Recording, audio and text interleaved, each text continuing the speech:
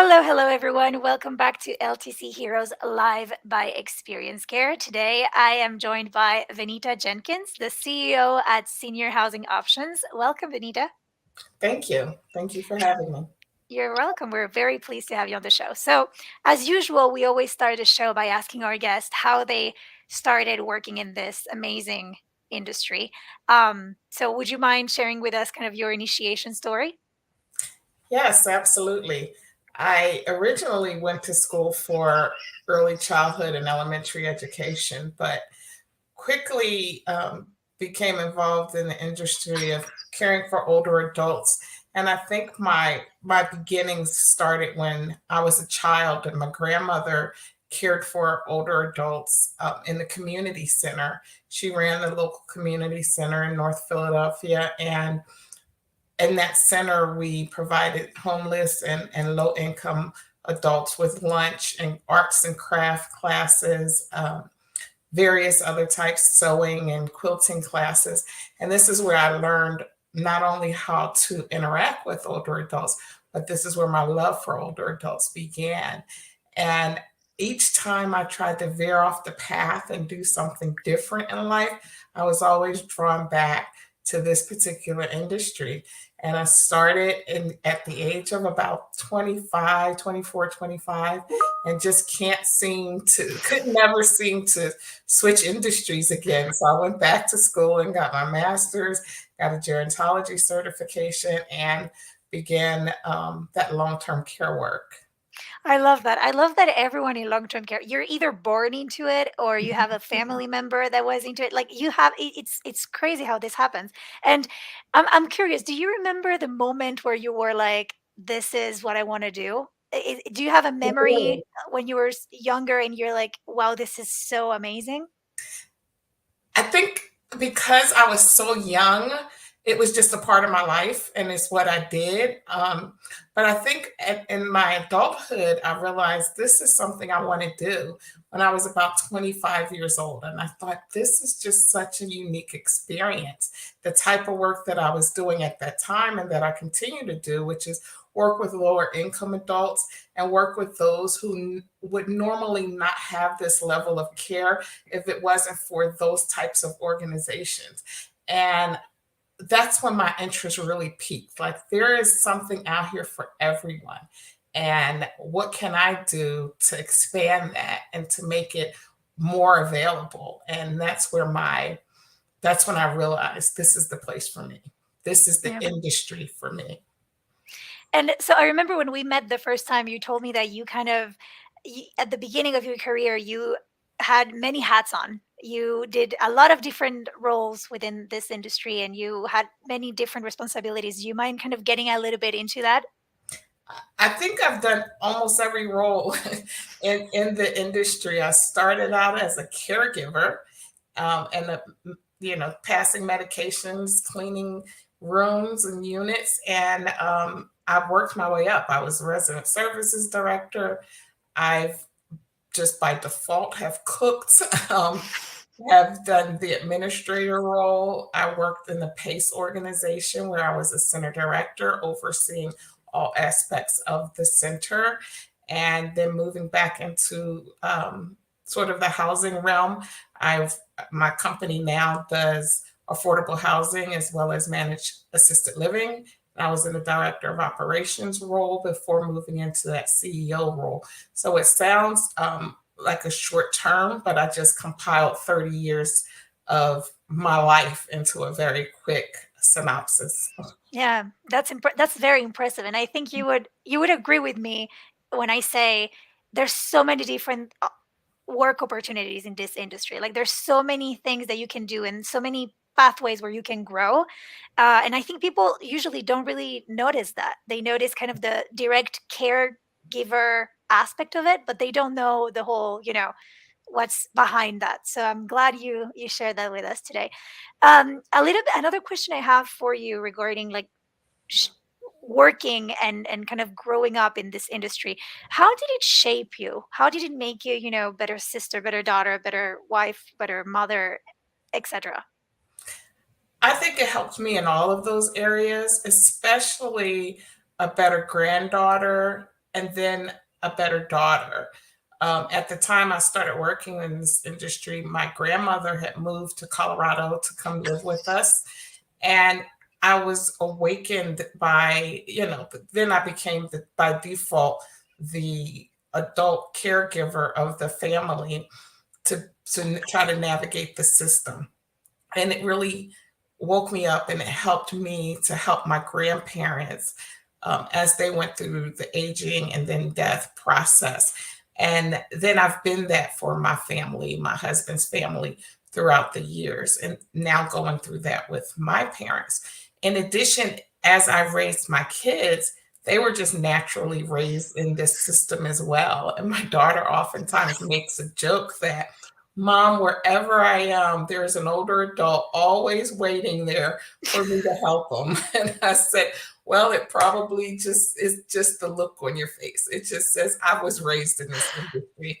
So my son works in the industry also. So I think it's just, it made me, not only made me a better daughter, sister, mother, granddaughter, but it now is going into my children as well.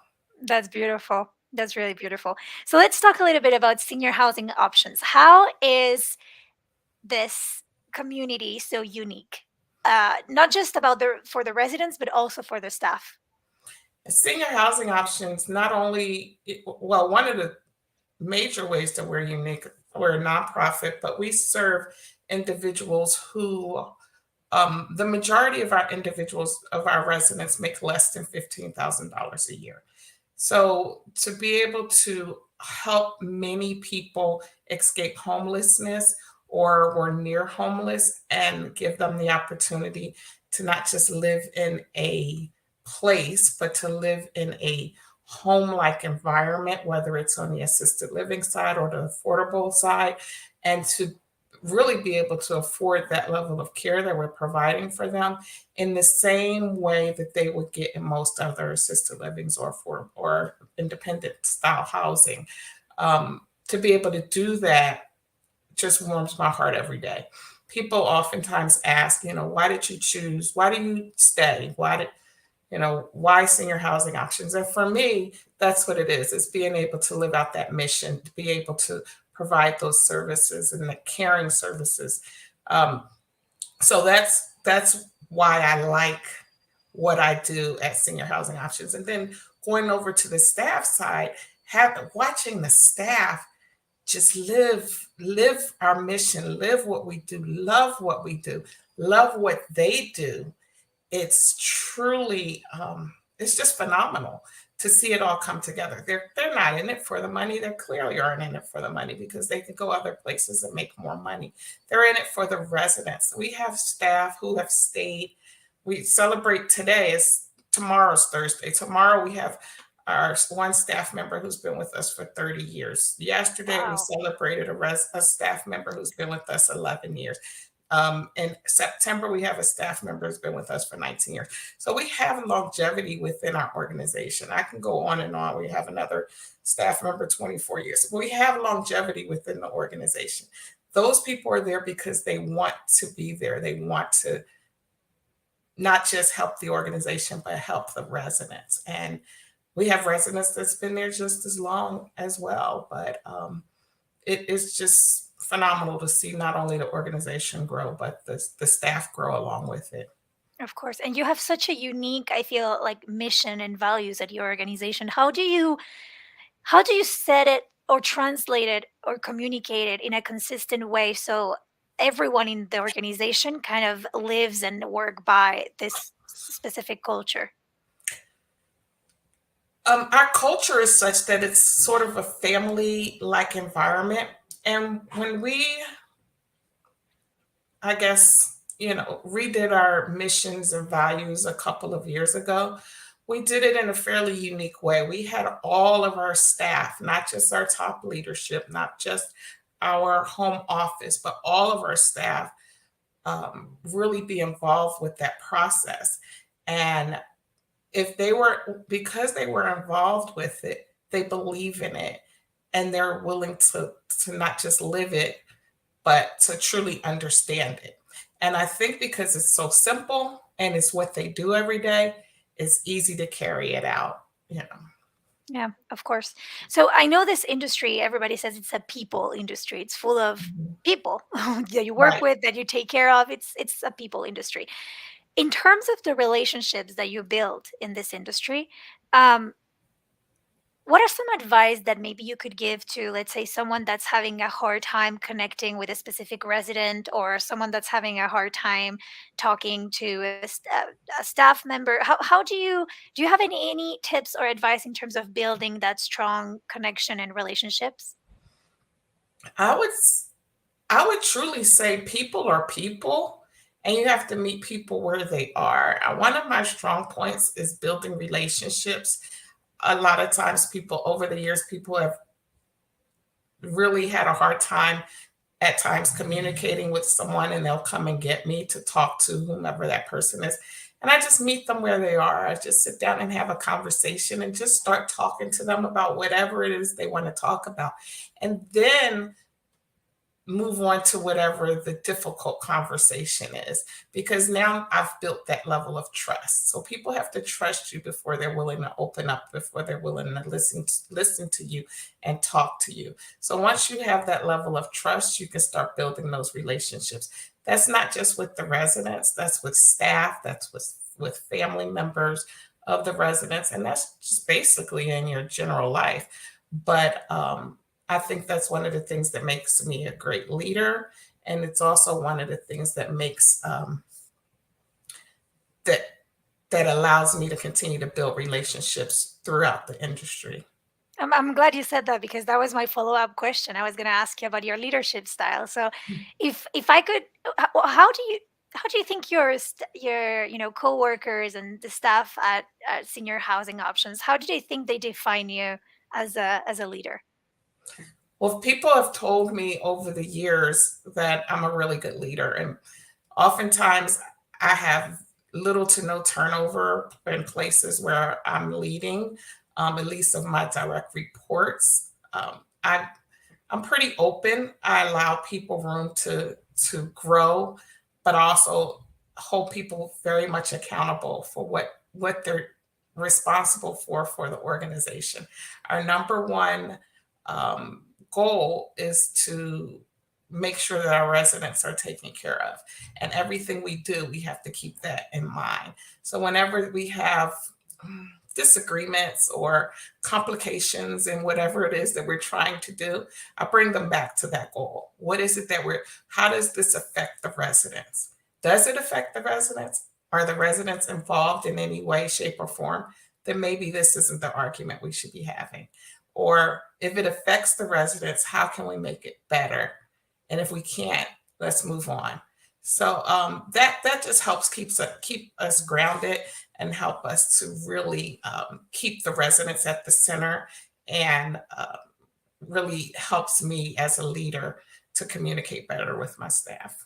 Of course. And you seem like a very, like you said yourself, like grounded leader. And I think Mhm. that's very important in this industry. And so, my next question for you would be specifically for women. So, what are some of tips, or maybe if you could give yourself, young Vanita, an advice uh, to, grow in this industry and succeed, what would it be? I think I would have told myself, if I could go back and tell myself something now from when I was starting out, it would be that it's okay to speak up. I think as a younger leader in this industry, I was very intimidated by people who were more seasoned. And I didn't speak up because I felt like they knew all the answers, but everyone has something to contribute. Everyone um, has ideas, and fresh ideas are great ideas. So I would encourage women of any age to make sure that they speak up and they speak out, because what they have to say is important and it could change the industry. The other thing I would really say is go for it. Whatever it is, go for it. Because if you don't go for it, someone else will, and they'll get it. they'll get whatever that it is. And I didn't go for a lot of opportunities, and I regret that now, but it's just be aggressive, step out on a limb, go for it, and use the word yes a lot more. Don't be hesitant. I love that. Use the word yes. I That's definitely an advice that I need and something that I myself need to start doing. So, Vanita, as we're closing today's episode, I want to kind of take you through a little game that we like to do, which is three rapid fire questions. So feel free to answer this as you like. So my first question for you is, what are the books or book that you've given the most as a gift, and why? I've given Chop Wood, Carry Water, and I can't remember the author offhand. I'm sure I have a copy somewhere in my office here, but I've given that because it's a motivational book, and it's helped me. It's sort of that inspirational books that just helps you when you just need an extra boost to get through the day or an extra boost to get through the week. I actually just recommended it to an employee of mine who not only has read it, but now she wants to buy it for our entire home office, which I've told her that's fine. But she feels like we're all in a place where we need to read it. But that would be the book. Awesome. I took note of that. Thank you. The next one, what is something that you've done in the last year that you're extremely proud of? And this doesn't have to be related to long-term care. It can be anything. Okay, so this one is really funny. My answer is really funny. I've gone camping. I went camping this past weekend for the first time, and I thought it would be horrible. And it was one of the best experiences that I had. I travel all the time. I go overseas. I've gone everywhere. But my husband really wanted me to go camping, and I thought, I don't want to slide on purpose on the ground. So I researched, I Googled, I YouTube, I did all of this research and bought all the proper things, and I actually overbought. And I had a great time when we hiked and we cooked over the fire, and yeah, it was fun. Wow, I know I have to try it at some time in my life, but yeah, I agree with you. I never think it's just not for me. But Yeah, maybe now you've inspired me to that's what I try it. said. This is not for me. Am I going to break a nail? I don't think this is for me, but it was fun. I'll do it again. I'm very proud of you for that. And the last one. So this one's similar to the one that I asked you if you could go back and give yourself an advice. So if you could give an advice to a smart-driven college student about to enter the real world, what would it be? Hmm. Well, I've done this with both of my kids, so I think I would say to really, so it really doesn't have anything to do with industry driven, but I would say make a budget Hmm. and plan out your money and save. We won't have Social Security in the future. Things are going to look a lot differently than they look now. So it's important to begin saving right away. Of course, before you go to college, if possible, but if not, immediately after you get your very first job, begin to save and live on a budget. I think that's a very smart advice. Yeah, for sure. Well, thank you so much, Vanita, for joining us today on the show. It was so fun and so nice to have you on. Thank you. Thank you. Thank you. And for everybody else, I will see you on the next episode. Thank you. Bye bye.